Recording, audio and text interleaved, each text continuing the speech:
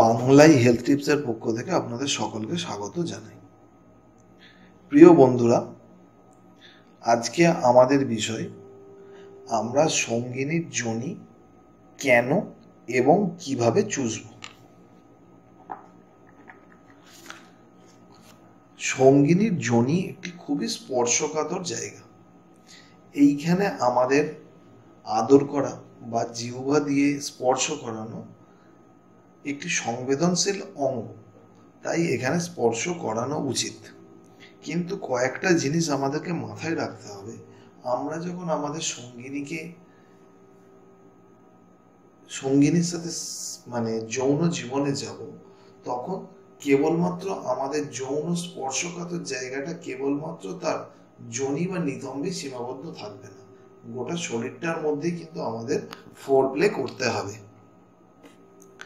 কিন্তু এই ফোরপ্লে করার আগে আমাদেরকে অবশ্যই প্রত্যেকটা পুরুষকে অবশ্যই দাড়ি কামাতে হবে।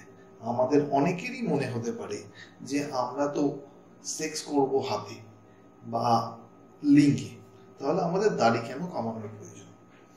আমরা যখন ফোরপ্লে করতে যাব, এই খোঁচা খোঁচা দাড়ি বা তাকে চুম্বন করতে যাব, খোঁচা খোঁচা দাড়ি তাকে আনন্দ না দিয়ে অনেক ক্ষেত্রেই বিড়ম্বনা বা বিতৃষ্ণায় ফেলতে পারে, যার জন্য আমাদের সেক্স করার আগে অবশ্যই দাড়ি কামিয়ে নেওয়া উচিত।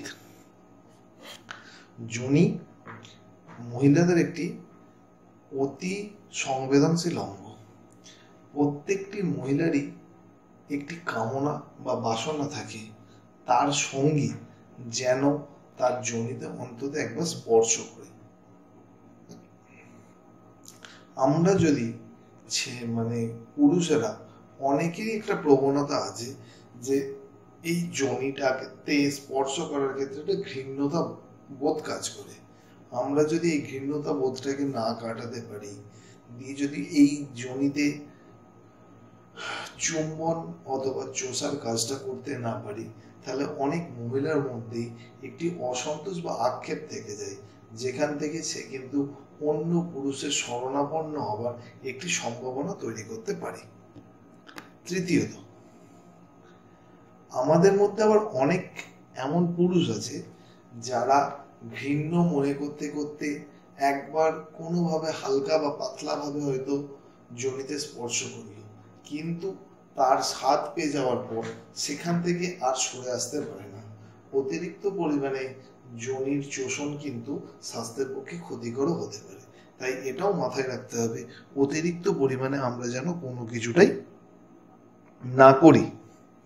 এবং সবচেয়ে যেটা বড় কথা, আমাদেরকে সব সময় মাথায় রাখতে হবে, মেয়েদের সেক্স অর্গান কিন্তু কেবলমাত্র এই যোনি বা নিতম্বের মধ্যে ছড়িয়ে নয়, সমস্ত গোটা দেহটি তার সেক্স অর্গানের মধ্যে রয়েছে।